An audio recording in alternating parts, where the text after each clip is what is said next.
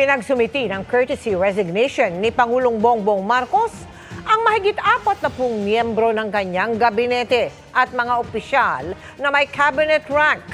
Pag-aaralan daw ng Pangulo ang naging performance nila bago magpasya kung tuluyan silang sisibakin. Nakatutok si Ivan Mayrina. Kayo mula day one. Sa unang episode ng kanyang podcast na ilalabas itong Lunes, 2 leksyon ang binanggit ng Pangulo na natutunan daw ng kanyang administrasyon mula sa naging resulta ng eleksyon 2025. Una, nagsawa na ang Pilipino sa politika. Sawan-sawa na sa politika. Pangalawa, disappointed ang tao sa serbisyo ng gobyerno.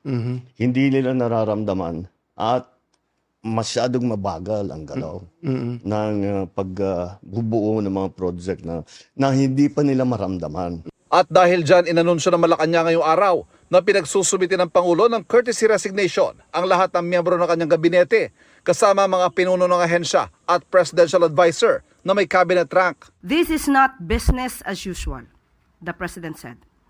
The people have spoken and they have expect results, not politics, not excuses. We hear them and we will act. Hanggang ngayong hapon, mahigit 30 miyembro ng gabinete na ang nagpahayag ng kahandaang magbitiw kung hindi man nagsumiti na ng courtesy resignation alinsunod sa utos ng Pangulo.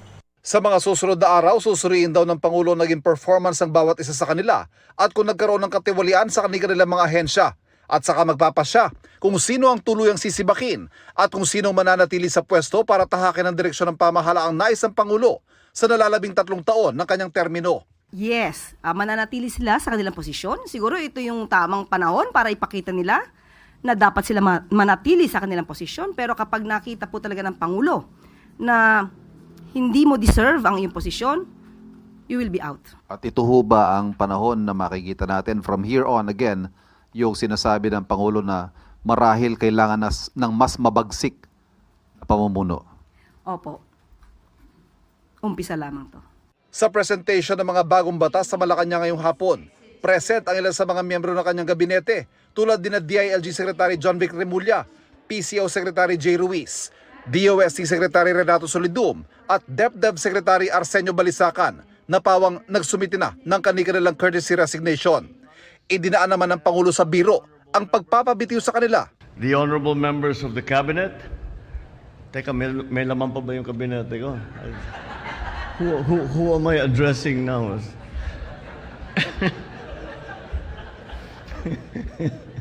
we are in flux. Isa sa mga ipinresentang batas ang pagtatatag ng Department of Economy, Planning and Development o ang dating NEDA. Bahagi ito ng kagustuhan niyang mas mabilis at mas ramdam na pakinabang ng taong bayan sa mga ginagawa ng pamahalaan. Magiging katuwang natin ang DepDev sa pagtiyak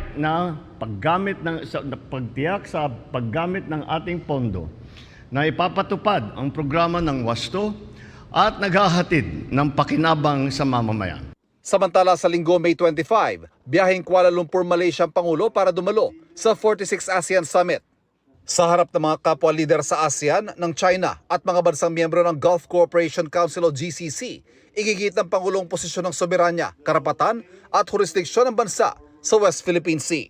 Para sa GMA Integrated News, Ivan Mayrina, nakatutok, 24 oras.